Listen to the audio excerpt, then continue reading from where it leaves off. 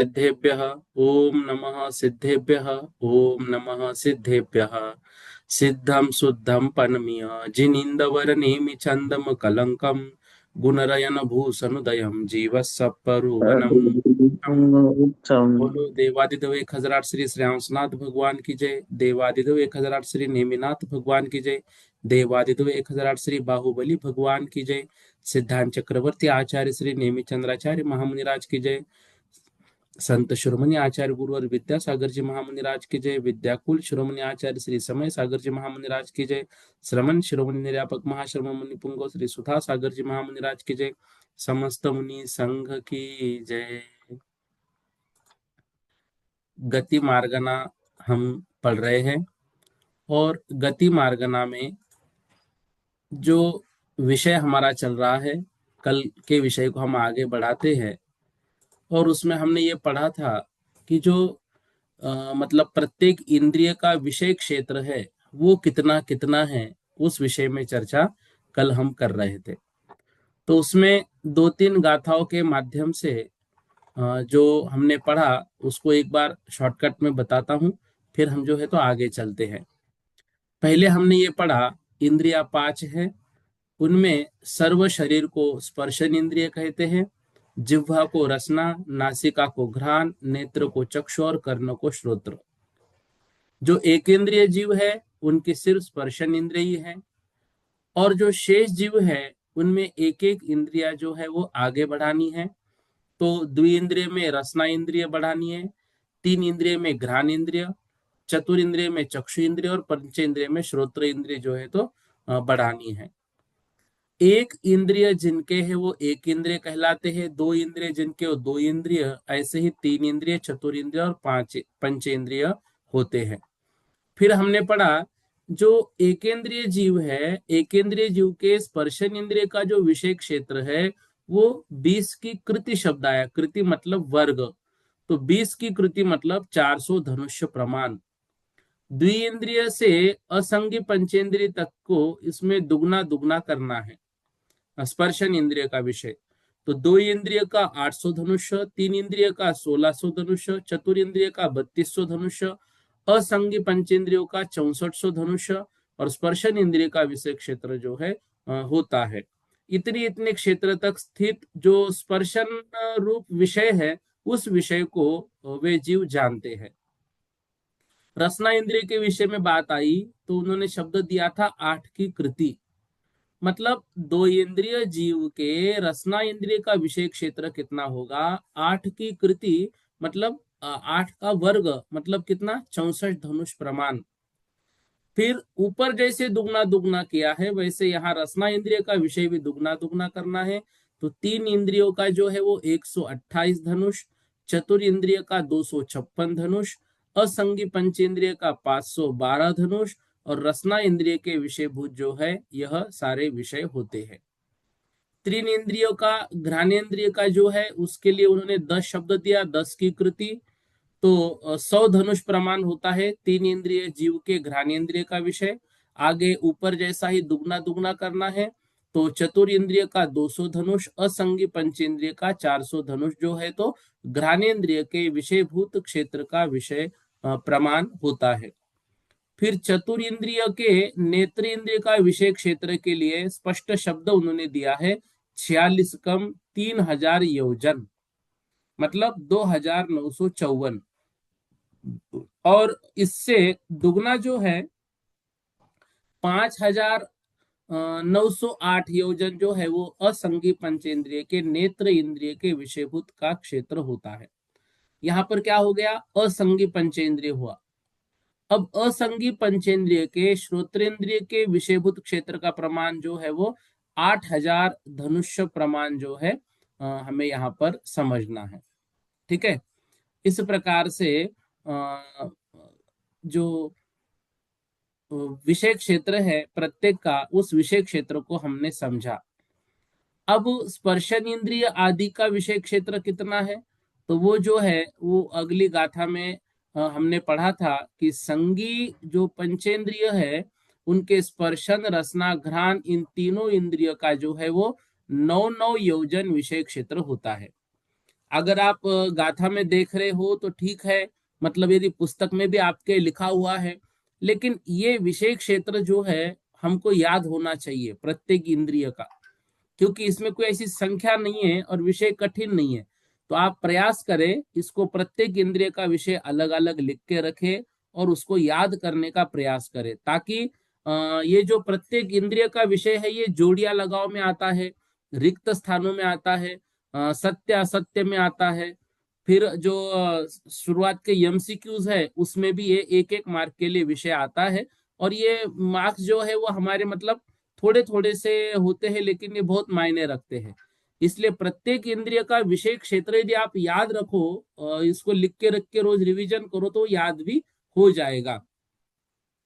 अब देखिए, संगी पंचेंद्रिय के स्पर्शन रसना घ्राण इन तीन इंद्रियों का विषय गाथा में दिया था, जो है तो नव जोयन। नव जोयन मतलब 9 9 योजन। और नेत्र इंद्रिय का विषय क्षेत्र 47,263 योजन, और 7 योजन के 20वें भाग से अधिक, थोड़ा अधिक इसमें हमको याद करना है क्योंकि अधिक लिखा था।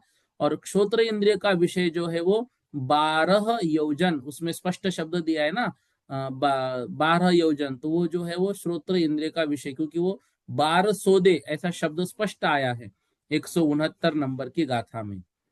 ठीक है, इस प्रकार से ये यहाँ तक का विषय हमारा हुआ था। अब 170 नंबर की गाथा जो है आज हमको पढ़नी है। 170 नंबर की गाथा देखिए, स्क्रीन पर भी है और आपके पुस्तक में भी है। 170 नंबर की गाथा से विषय को हम जो है तो अब आगे बढ़ाते हैं आज। तिन्नी सय सट्टी विरहित,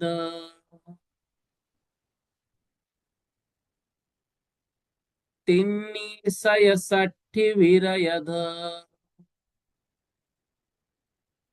लखम दशमूल ताड़िदे मूलम, लखम दशमूल ताड़िदे मूलम, नवगुणिदे सट्टिहदे, नवगुणिदे सट्टिहदे, चक्षु फासस अधानम, चक्षु फासस अधानम। एक साथ उच्चारण करेंगे। तिन्नी सय सठि विरहित, लखम दशमूल ताड़िदे मूलम, नवगुणिदे सट्टिहदे, चक्षु फासस अधानम।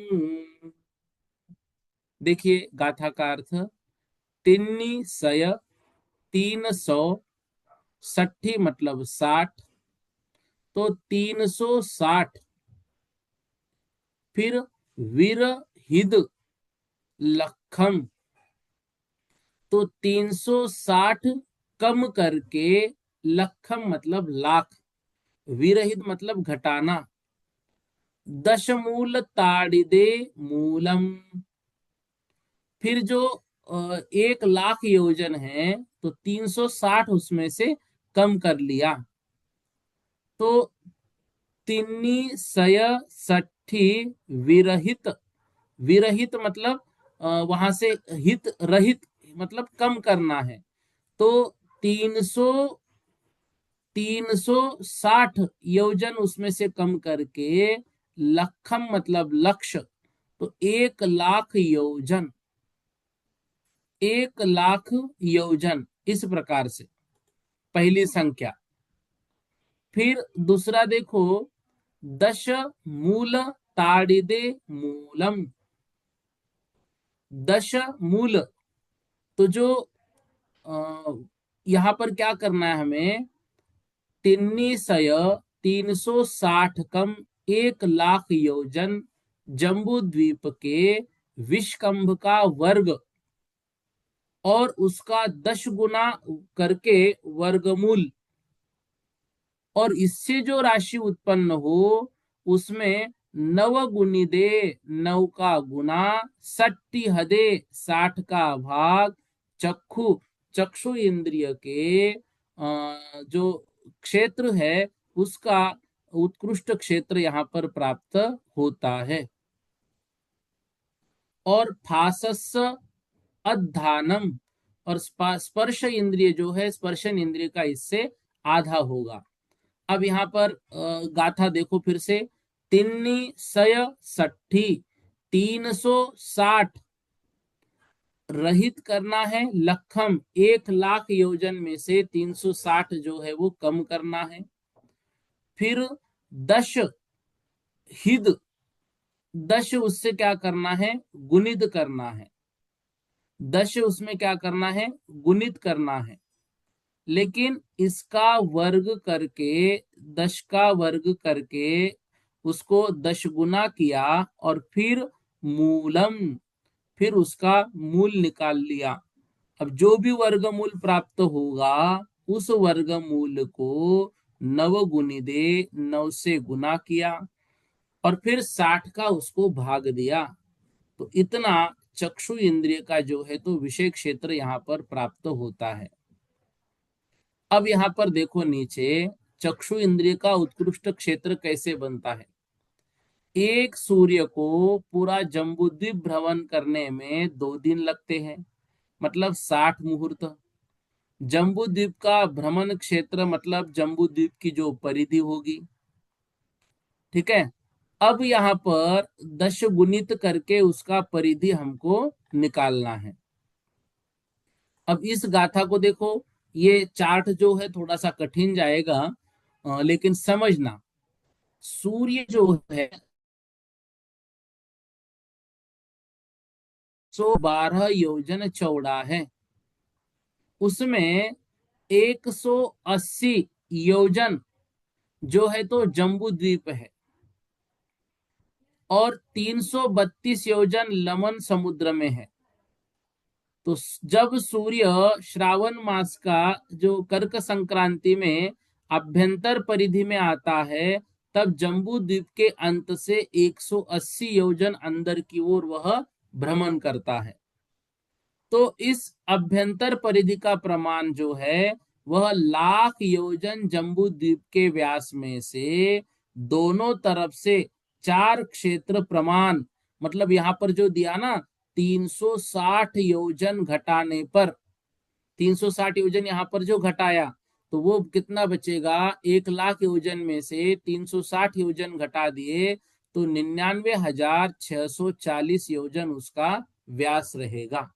कितना, 99,640 योजन, 99,640 योजन जो है तो उसका व्यास यहाँ पर हमको प्राप्त होगा। यहाँ पर देखो, ये यहाँ पर दिया है ना स्क्रीन पर, 99,640, इतना जो है उसका व्यास हमको प्राप्त होगा। इसके परिधि के निमित्त विखम भव दह गुण, तो इसका वर्ग करके फिर इसको 10 गुना करने पर जो प्रमाण प्राप्त होगा उसका वर्गमूल ग्रहण करना। तो ऐसा करने पर 3,15,089 योजन प्रमाण इसका परिधि होगा। तो सूर्य की अपेक्षा 60 मुहूर्त में इतने क्षेत्र में भ्रमण होता है। तो अभ्यंतर परिधि में दिन का प्रमाण 18 मुहूर्त, मध्यान्ह समय जो सूर्य मध्य में आ जाता है तो वहां पर 9 मुहूर्त में त्रैराशिक प्रमाण जो है, तो प्रमाण राशि 60, फल राशि और इच्छा राशि, इनको स्थापित करके उस परिधि के प्रमाण को 9 से गुना करके 60 का यहाँ पर भाग देंगे तो 47,263 योजन और 7 योजन का विश्वाभाग, इतना चक्षु इंद्रिय का उत्कृष्ट विषय क्षेत्र जो होता है।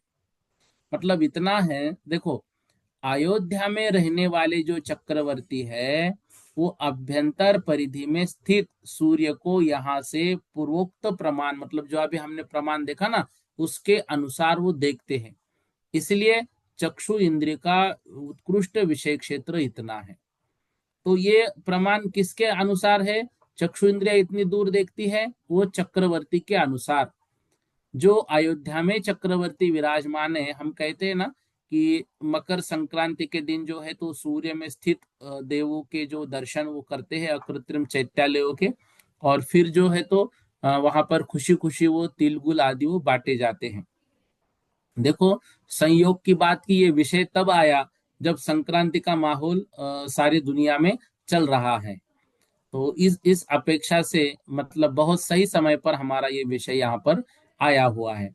अब ये गणित जो है निश्चित रूप से थोड़ा सा कड़ा है, लेकिन मतलब जो गणित वाले होंगे वो इस विषय को बहुत अच्छे से समझेंगे। तो जो देखो, जो परिधि है उस परिधि को निकालने का सूत्र, अब यहाँ पर 9640 जो है उसका व्यास हमने देखा। फिर इसको जो है तो वो मतलब जितना व्यास आया उसका 10 गुणित वर्ग करके फिर उसका वर्गमूल निकालना, तो उसको हमने 10 माना है। तो इस प्रकार से मानकर इन्होंने कार्य किया है। जम्बू द्वीप का व्यास जो है वो 1 लाख योजन होता है। तो परिधि निकालने के लिए 1 लाख योजन में से 360 योजन कम किए, क्योंकि जब सूर्य जम्बू द्वीप के इतना अंदर आकर भ्रमण करता है तब चक्रवर्ती उसे वहां पर जो है तो देख पाता है। तो चक्षु इंद्रिय के उत्कृष्ट विषय क्षेत्र जो है वो एक सूर्य 60 मुहूर्त में कितना यहाँ पर घूम रहा है, देखो, 31 मतलब 3,15,089 योजन वो भ्रमण करता है। नवासी नवासी जो है वो योजन भ्रमण करता है। तो 9 मुहूर्त में कितना भ्रमण होगा? तो ये यहाँ पर देखो, 3,15,089 योजन, उसको भाग देना है 60 मुहूर्त का और गुणित करना है 9 मुहूर्त। इस प्रकार से जो है तो जो उत्तर प्राप्त होगा। तो कर्क संक्रांति को जब 18 मुहूर्त का दिन और 12 मुहूर्त की रात होती है, तब चक्रवर्ती अयोध्या में अपने महल की छत से निषद पर्वत पर उदित सूर्य के विमान में जिन बिंब का दर्शन करता है। इस तरह से यहाँ पर समझना। हाँ, एक नंबर लिखा है 385662, बोलिए। हाँ भैया जी, जय कह रहे जिनेन्द्र आप? भैया जी, इसमें विश्वकंबा, विश्वकंबा का क्या मतलब जय है? विस्तार, भैया उसका जी विष्कंभ भैया, मतलब विस्तार। अच्छा ठीक है। ठीक है। ठीक है। हाँ, ठीक है भैया, ठीक चलो, देखो, अब जो है ये गणित आप थोड़ा सा मतलब जो गणित वाले हैं वो थोड़ा सा इसको निकाल कर देख लीजिए तो आसान जाएगा। बाकी एक सामान्य रूप से आप समझना कि 360 कम 1 लाख योजन जम्बू द्वीप के जो विष्कंभ का है, मतलब जम्बू द्वीप का जो विस्तार है 1 लाख योजन, उसमें से 360 कम करना है। जो उत्तर वहां पर हमको प्राप्त होगा उसका वर्ग करना है। वर्ग करने के बाद उसका 10 गुण करना है। 10 गुण करने के बाद उसका वर्गमूल निकालना है। वर्गमूल निकालने के बाद जो राशि उत्पन्न होगी उस राशि को 9 गुणित करना है। 9 गुणित करने के बाद पुनः उसको 60 का भाग देना है। तो चक्षु इंद्रिय का उत्कृष्ट क्षेत्र यहाँ पर हमको प्राप्त होगा। यहाँ पर देखो, नीचे स्क्रीन पर यहाँ पर ऐसा करके बताया हुआ है। गोविंद भैया, क्या कहना चाह रहे हैं आप? जयजन भैया जी, इसमें जय यहाँ जो जिनेन्द्र। पाई पाई लिखा है तो पाई का मान तो 22/7 आता है ना। पाई मतलब? ये जो पाइप का आपने लिख रखा है ना, परिधि निकालने का हाँ हाँ सूत्र। हाँ, नहीं वो ठीक है। देखो, अब इसमें गणित वाले हैं, आप यदि गणित का अच्छे से समझते हैं तो इसको एक सामान्य रूप से एक मतलब बना के भेजते तो मैं सब ग्रुप पर सबको भेज देता हूँ, नहीं, जो भी मैंने पाइप गणित के का अच्छे मान मेरे को जानकार याद होंगे। था, इसलिए पूछा था आपको। हाँ, नहीं नहीं, ठीक है ना। आप तो फिर इसको बना के भेज दो ना, अगर आप बना सकते हो तो बढ़िया। मतलब मेरे को खाली पाई का इसमें आया, इसलिए मैंने आपको कहा, अच्छा मेरे अच्छा, को पाई इतना कार, नहीं नहीं, नॉलेज। ठीक है ना। पूरा हाँ। जो भी कक्षा में गणित के जानकार होंगे ना, तो थोड़ा सा हम्म, इसको बढ़िया तरीके से निकाल कर, अर्थ तो आपके सामने है, कैसा क्या हो सकता है, अगर निकाल के भेजे तो बहुत अच्छा है, नहीं तो इतना सामान्य रूप से चक्षु इंद्र का विषय गाथा के अर्थ के अनुसार तो हम सब याद रखेंगे। ठीक है भैया। ठीक है। हाँ जी। जी। सागर भैया। हाँ, जय जिनेन्द्र भैया जी। जय जिनेन्द्र। अ, अभी तो जैसे आप ने ये भरत चक्रवर्ती का जो उदाहरण दिया, मकर संक्रांति का बता रहे हैं आप, जबकि वो कर्क संक्रांति में करते हैं। अच्छा कर, ठीक है ना, मतलब एक बोलते हैं कि भाई दर्शन लेते, लेकिन मकर संक्रांति में भी तो मानते हैं ना। नहीं, मकर संक्रांति में तो 18 मुहूर्त का दिन कहाँ से होगा। अच्छा कर, लेकिन वो मुंह मतलब संक्रांति का महत्व तो वही बोलते हैं कि सूर्य के दर्शन अपने लिए बोल के। नहीं, जैन दर्शन में तो अब पहले परम वो सुधा सागर जी मुनराज जी भी यही बताते थे मकर संक्रांति का। पर फिर प्रमाण सागर जी मुनराज जी ने, इन्होंने इस पे फिर चर्चा की, तो सुधा सागर जी मुनराज जी ने बताया कि वो 18 जुलाई को जो बताया, अभी आपने श्रावण मास जो बताया ना, हाँ हाँ हाँ हाँ। तब करक संक्रांति में भरत चक्रवर्ती अयोध्या में दर्शन करते हैं। अच्छा अच्छा, नहीं अयोध्या ठीक से। है ना, अच्छी बात है। फिर मकर संक्रांति का आपने इसमें कोई महत्व नहीं समझो। हाँ, अपने जैन दर्शन में कोई महत्व नहीं है। ठीक है, एक आध बार थोड़ा सा उसका वीडियो क्लिप वगैरह हो ना तो आप भेज देना। मतलब ये जो अपन पीडीएफ बनाते हैं ना, तो उस समय अपन उसकी वो लिंक जो है तो इसमें शेयर कर देंगे। जी जी। ठीक है। हाँ हाँ। माया दीदी जी बोलो। भैया जी, अंडर रूट 10 का मान भी तो 3.14 के आसपास आएगा, जो 22/7 का आता है। नहीं ठीक, देखो गणित को मैंने नहीं, इतना अच्छे से नहीं, नहीं अंडर जानता। रूट 10 कहा है ना, अंडर रूट 10 का भी इतना ही, अंडर रूट निकालेंगे 10 का तो 3 3 9, और एक फिर 61 का 3.1 कुछ ही आता है। और बाईस अच्छा बटे सात का भी यही आएगा, 7 21 और 3.1। वो अलग अलग बता दिया उन्होंने, तो ऐसे मेरी समझ में तो यही आ रहा है। अच्छा, नहीं अंडर ठीक रूट है, टेन का दोनों मान जो भी 3.1 और आएगा। भी मैं यही सबसे निवेदन कर रहा हूँ, कक्षा हाँ। में कोई मैथ वाले अच्छे जानकार हो ना, थोड़ा इसको निकाल के आप एक मुझे शेयर करो, तो मैं नहीं, सबको ग्रुप में आप शेयर करूंगा। 10 का अंडर रूट निकालोगे तो 3.1 कुछ ही आएगा। तीन नहीं तीन वो नौ तो एक देखो, वो तो सपोज किया है, सपोज। नहीं ये नहीं, जो नीचे सपोज देखो, यहाँ पे 10। चक्षु इंद्रिय का उत्कृष्ट क्षेत्र जो नीचे लिखा है ना, ये तो बराबर है। देखो एक सूर्य 60 मुहूर्त में तीन लाख हम्म। पंद्रह हजार नवासी योजन भ्रमण कर रहा है। हम्म। तो ये यहाँ पर तो बराबर है, वो नीचे के अनुसार थोड़ा सा समझा के आप निकाल लेना। ठीक है। जी जी। चलो अगली गाथा देखते हैं। 171 नंबर की। चक्षु सोदम घानम,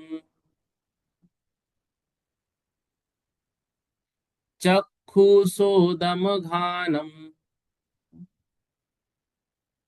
जिह्वायारम्भ सूरजवनाली,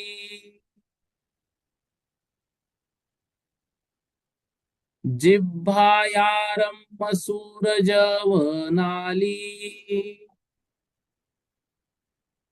अतिमुत्तकुरपस्समम्, अतिमुत्तकुरपस्समम्, भासं तु अनेयसंठानम्, भासं तु अनेयसंठानम्।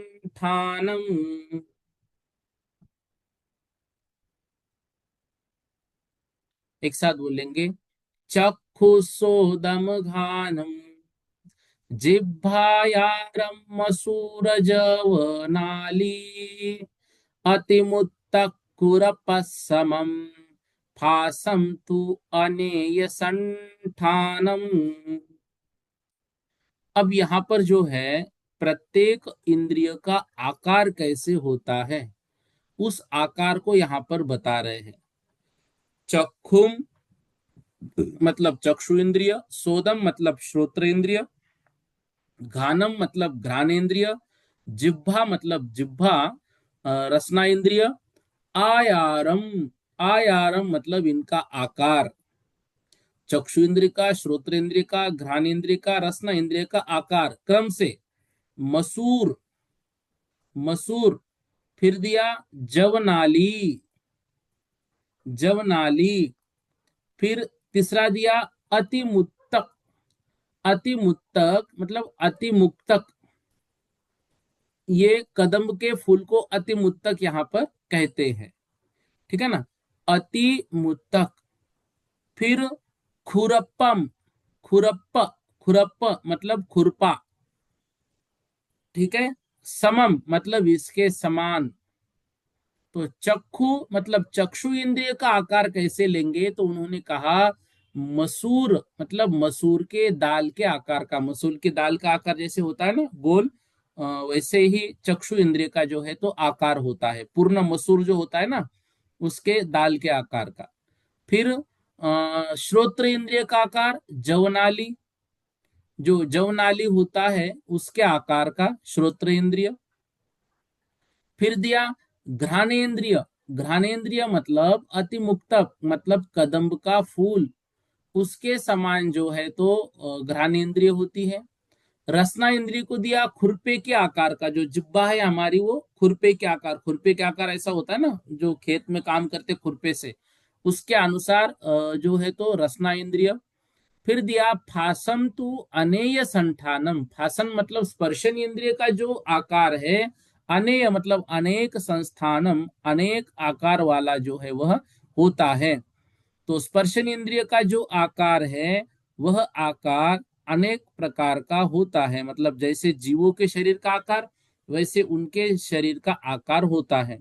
तो चाहे एक इंद्रिय पृथ्वी जल आदि हो, चाहे द्विइंद्रिय जीव हो, तीन इंद्रिय, चार इंद्रिय, पंचेंद्रिय, जैसे जैसे उनके शरीर का आकार होगा तो स्पर्शन इंद्रिय का आकार भी उसी तरह से अनेक प्रकार का होगा, क्योंकि स्पर्शन इंद्रिय सर्व शरीर में व्याप्त होता है, ठीक है। इस तरह से यहाँ पर मात्र आकार बताया हुआ है, इसलिए इस गाथा में ऐसा कुछ कठिन विषय है नहीं है। मसूर के समान चक्षु का, जवनाली के समान श्रोत्र का, कदम्ब के या तिल के फूल के समान घ्राण का, खुरपे के समान जिह्वा का और स्पर्शन इंद्रिय का आकार अनेक प्रकार का होता है। अंगुल असंख भागम,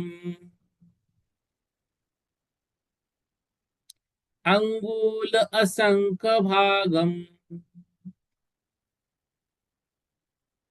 शंखज्जगुणं तदो विशेषहियम्, शंखज्जगुणं तदो विशेषहियम्, तत्तो असंख्यगुणिदम्, तत्तो असंख्यगुणिदम्, अंगुल संख्येज्ययम् तत्तु, अंगुल संख्येज्ययम् तत्तु। एक साथ बोलेंगे, अंगुल असंख भागम, शंखज्जगुणं तदो विशेषहियम्, तत्तो असंख्यगुणिदम्, अंगुल संख्येज्ययम् तत्तु। देखिए, अंगुल असंख्य भागम, संख्येज्य गुणम तदो विशेषहियम्। अब यहाँ पर जो ऊपर आकार दिया, तो अब निवृत्ति रूप जो द्रव्येंद्रिय स्पर्शन इंद्रिय होती है, मतलब सारी पांचों इंद्रिया उनकी आकार बताई, वो जो आकार है उन आकार का वह मतलब कितनी जगह आप घेर रहा है, कितने कितने क्षेत्र प्रदेश में वह इंद्रिया मतलब वह इंद्रिय होती है, उसकी अवगाहना क्या होगी उसका प्रमाण यहाँ पर बताया। तो अंगुल असंख्य भागम अर्थात अंगुल के असंख्यात्वे भाग प्रमाण, अंगुल मतलब घनांगुल, जहां अंगुल शब्द है वहां पर घनांगुल, तो घनांगुल के असंख्यात्वे भाग प्रमाण आकाश प्रदेशों को, जो ऊपर पहला दिया कौन सा इंद्रिय, चक्षु इंद्रिय, चक्षु इंद्रिय रोकेगा। 171 नंबर की गाथा में पहले क्या दिया, चक्षु इंद्रिय, तो घनांगुल असंख्य भागम, घनांगुल के असंख्यात्व भाग प्रमाण आकाश प्रदेशों को चक्षु इंद्रिय रोकेगा। फिर संखेज्य गुणम तदो विशेषहियम। अब घनांगुल को यहाँ पर क्या दिया आगे, संखेज्य गुणम, संख्यात गुण, तदो, और उसमें विशेष अधिकम, उसमें अधिक, विशेष अधिक। तो घनांगुल को पल्य के असंख्यात्व भाग से गुना करके और उसमें एक अधिक पल्य के असंख्यात्व भाग का तथा 2 बार संख्यात का तथा पल्य के असंख्यात्व भाग का भाग देने पर जो प्रमाण आता है, ये तो ऊपर चक्षु इंद्रिय का विषय। तो हम सामान्य से क्या बोलेंगे उसको, सिर्फ घनांगुल के असंख्यात्व भाग प्रमाण आकाश प्रदेशों को चक्षु इंद्रिय रोकेगा। ठीक है, इस प्रकार से चक्षु इंद्रिय का विषय जो है वो हमें लेना है। अब चक्षु इंद्रिय का विषय हो गया। ऊपर देखो 2 नंबर का इंद्रिय कौन सा कहा था, सोदम, मतलब श्रोत्र इंद्रिय। तो श्रोत्र इंद्रिय का विषय लेने के लिए यहाँ पर क्या बता रहे हैं, इस विषय को समझो। यहाँ पर दूसरा ही शब्द इन्होंने क्या दिया, संखेज्य। ठीक है ना, मतलब संख्यात। तो चक्षु इंद्रिय का विषय क्षेत्र हुआ। चक्षु इंद्रिय के विषय क्षेत्र के बाद यहाँ पर जो श्रोत्र इंद्रिय का विषय आ रहा है, तो उसके लिए उन्होंने क्या दिया, संख्यात गुणित। तो चक्षु इंद्रिय की अवगाहना घनांगुल के असंख्यात्व भाग है, इससे संख्यात गुणित श्रोत्र इंद्रिय की अवगाहना हमको लगानी है। इससे कितनी, संख्यात, संखेज्य गुणम शब्द दिया ना सिर्फ, तो संखेज्य गुणम, इससे संख्यात गुणित, इतना विषय किसका आएगा, इससे संख्यात गुणित विषय जो है वह आएगा श्रोत्र इंद्रिय का, इससे संख्यात गुणित, बस इतना ही।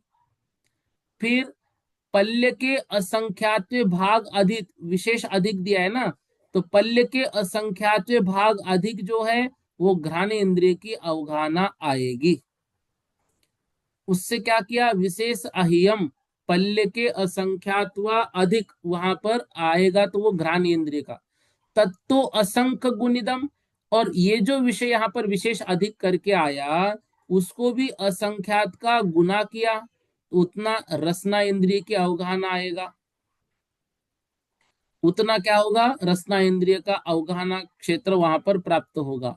और अंगुल संख्य जयम तत्तु, अब इन सभी का विषय जो है, तो मतलब चारों इंद्रियों की अवगाहना का प्रमाण अंगुल संख्य जत्व, तो घनांगुल के संख्यात्व भाग मात्र ही होता है। तो समझो, आत्म प्रदेशों की अपेक्षा चक्षु इंद्रिय का अवगाहन घनांगुल के असंख्यात्व भाग प्रमाण, इससे संख्यात गुना श्रोत्र इंद्रिय के अवगाहना, फिर इससे पल्य के असंख्यात्व भाग अधिक घ्राणेन्द्रिय की अवगाहना, इससे पल्य के असंख्यात्व भाग का गुना करने पर रसने इंद्रिय की अवगाहना, और फिर चारों इंद्रिय की अवगाहना देखेंगे तो संख्यात्व भाग मात्र ही इनकी जो है अवगाहना होती है।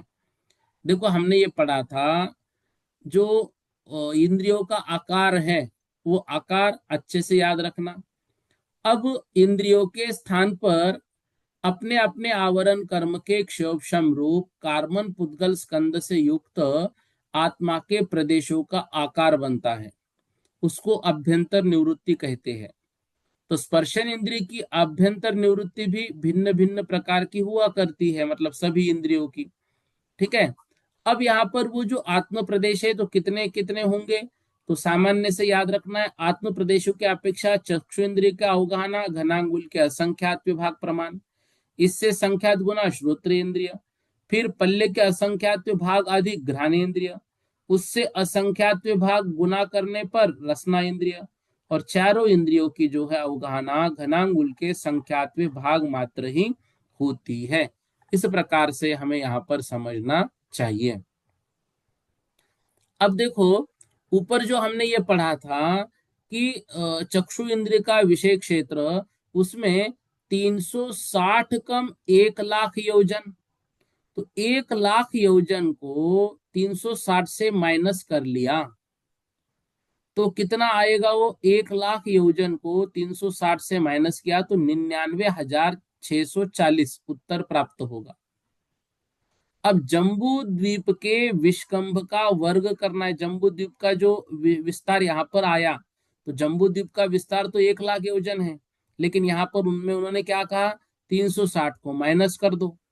तो जम्बू द्वीप का विस्तार 360 माइनस किया तो 99,640 का वर्ग किया, मतलब स्क्वायर किया, और उसको 10 गुना करना है।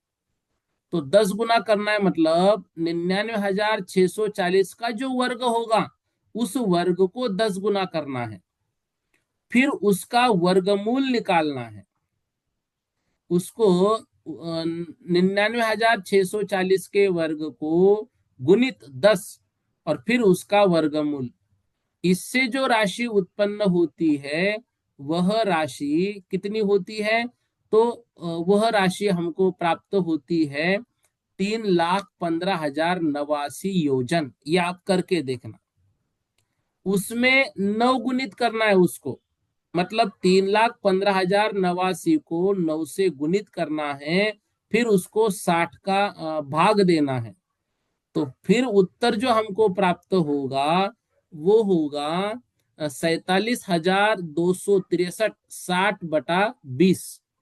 इस प्रकार से ये उत्तर हमको यहाँ पर प्राप्त होगा। तो जो जम्बू द्वीप है, जम्बू द्वीप की जो परिधि है उस परिधि के अनुसार यहाँ पर ये वर्णन बताया है। और जम्बू द्वीप मतलब उसमें जो भरत क्षेत्र है, भरत क्षेत्र में जो अयोध्या नगरी है वहां पर चक्रवर्ती जो है वो यहाँ पर देखता है। तो जम्बू द्वीप जो है वो 1,00,000 योजन वाला है। और सूर्य की सबसे छोटी गली जो जम्बू द्वीप के दोनों ओर से 180 योजन 180 योजन होती है, तो उन दोनों को 180 योजन 180 योजन 360 हो गए। ये छोटी गलियों को इसमें से माइनस कर दिया, तो इसलिए 1,00,000 योजन में से 360 जो है वो यहाँ पर माइनस कर दिए हैं, घटा दिए हैं। तो इस प्रकार से ये जो प्रमाण है वो प्रमाण होता है। आप जो है तो सब लोग निकाल कर देखिए, हो सकता है कि आसान आपको विषय और हो जाए। ठीक है, इस विषय में कल और चर्चा करेंगे। सागर भैया, सागर भैया कुछ पूछ रहे हैं आप? ठीक है, इतना पढ़ लेते हैं। बोधि समाधि पर